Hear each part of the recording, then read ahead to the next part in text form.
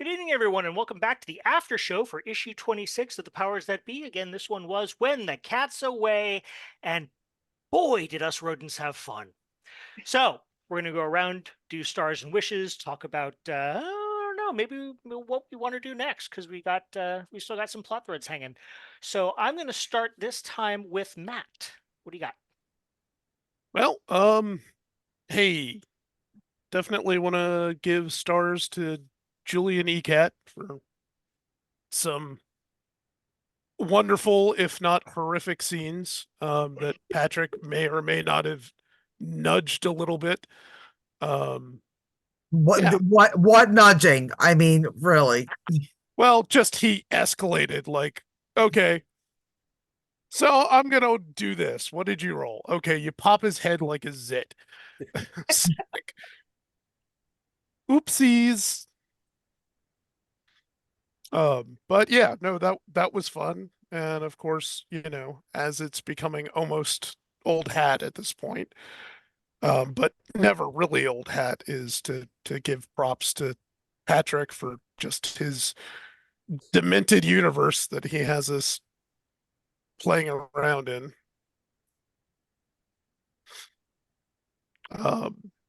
Wishes, it's you know, this yeah, this was a nice tight contained episode. We didn't run over time. So yeah, more of this, please. And I can't wait to see Ray's face when he learns about our various escapades. That's going to be fun. Yeah.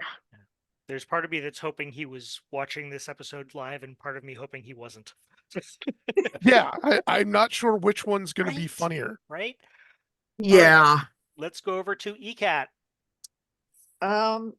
Stars. I'm gonna give pretty much all of them to Julie because the way she handled the bathroom scene was just perfect and very paw, and helped really set the tone for the night. Yeah, like At the least for only the girls, anyway.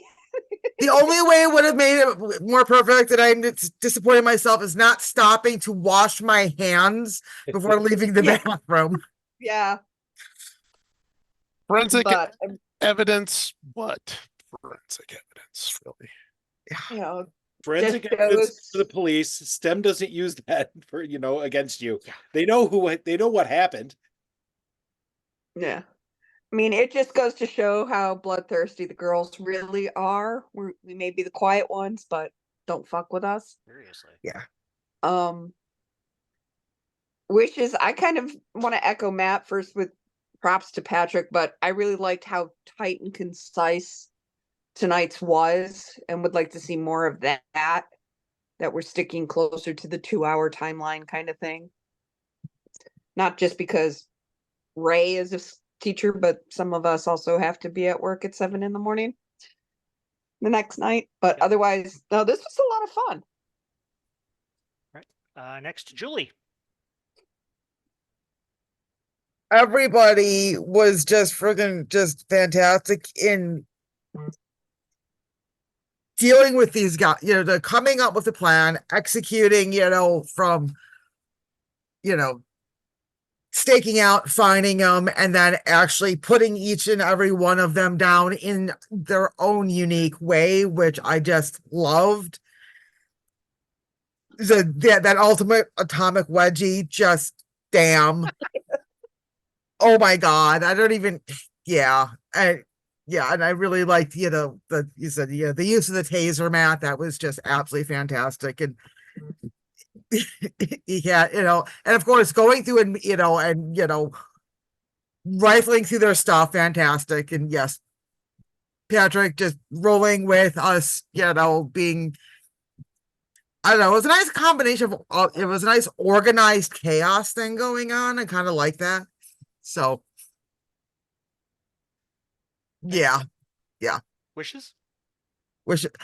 Definitely more stuff like this where it's not just the time frame, but also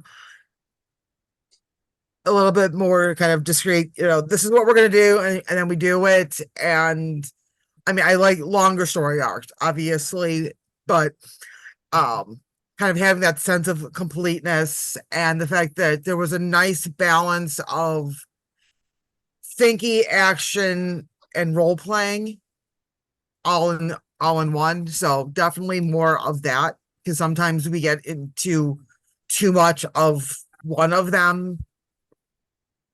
So I'm going to start with one of my wishes so that I don't forget it by the time we get back there. So what you all were saying earlier about, the pacing being good, I felt that the first part of the episode where we were trying to decide which heist to do, um, that felt painfully slow to me. And so I think what might be a good idea when we're gonna, when we have these more self-contained episodes in the future, which, I agree having more of these within just the little sprinklings of plot, um, is great. It might be good for us to like talk about it before the episode and say, you're going to do this. Here are some options. What do you want to do? And then yeah, we can role play a little bit of the, I could still go talk to Hellbender and he, but then we come back and, montage. We've decided on plan X. I think that'll help us because that seems to be one of the areas where we get slow a lot, is where we're kind of just debating what to do. Yeah. So that being said, back to stars. I as chintzy as this is going to sound, I have a star for each of you. The three players, because as has been said before, everyone just approached how to deal with these morons in everyone's own particular idiom. We all played very true to our characters as far as how they would deal with these assholes.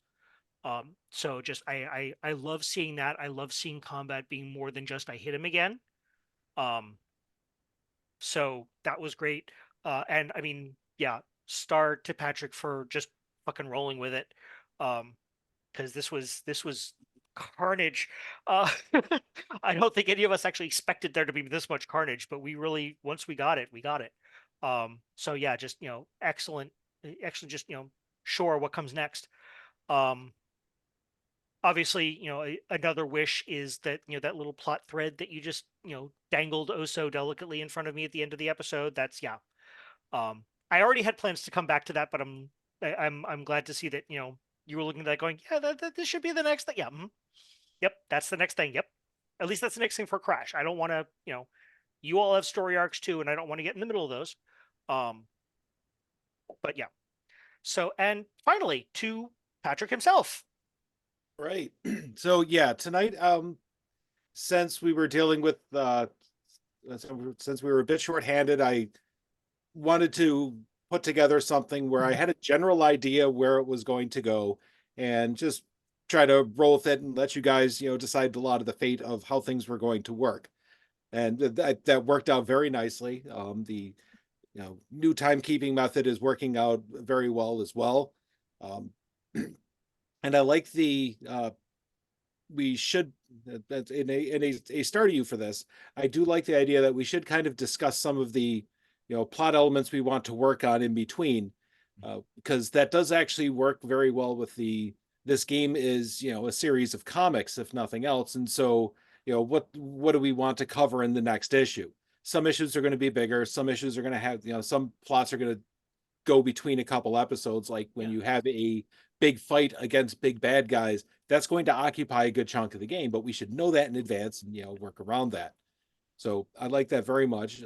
So for tonight, I very well enjoyed everybody's performances and coming up with things, and along, because we have things like sometimes you forget how strong you guys are at this point. You're not the same folks that just started off, and when you're dealing with a bunch of thugs that are more or less just ordinary people, it's not going to go well for them.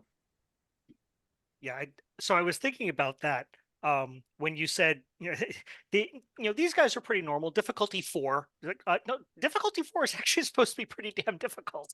Routine is difficulty 2. Yeah, well, you are dealing with a professional criminal. This is a yeah. person you don't necessarily want to fight with. That's true. Yeah. So against an ordinary, against any of us in reality, they, beat the tar out of us. Yeah. But on the other hand, in a confined space with a super strong, super fast, incredibly damaging, mutant cat girl, you're not. They're not going to make it. Yeah. It's just, there's these Especially different when you levels. roll a 20. Yeah. There will be critical existence failure at Yep. that point. Yeah. The two crits were lovely to see tonight. That was awesome. That was We're excellent. well timed. They were too. Crit. Yeah. Yeah. So yeah, and with my wishes, I think I'll just lean into that whole, that we work a bit more in between episodes so we can better figure out where we want to go, so both sides are a bit more prepared on it. We can stick with the time as tightly as we can. Yep. So like, for instance, like I already have an idea of what sort of mayhem is going to happen when you try to get the, low hanging fruit that's just sitting. It's right there. I mean, come on. And it's not going to be something stupid like, well, no, he took the thing out of the safe and put it somewhere else, because that would be the reasonable thing. And that's, of course, not what happens. Right. No. We're going to open it up and there's going to be a dimensional warp gate. We all know how it works. I mean, look who you're dealing with. Right. Exactly. I mean, Right. See? All right. Anyone have anything else they want to bring up, theorize, talk about? No, and we definitely need to have a theory crafting episode at some point. Seriously. Yep. Yeah. All right. So we will work on that. We'll work on tightening up the stories a little bit beforehand, so that you, the audience, get a better experience, as do we. So again, as I said in the regular episode, give us a shout, give us a comment, let us know that you're out there and like at least slightly interested in what we're doing, and how we can do it better. But in the meantime, for Patrick, ECAT, Matt, Julie, and once again in absentia Ray, I am Trevor, the Vitruvian Meatball. Good night, everybody.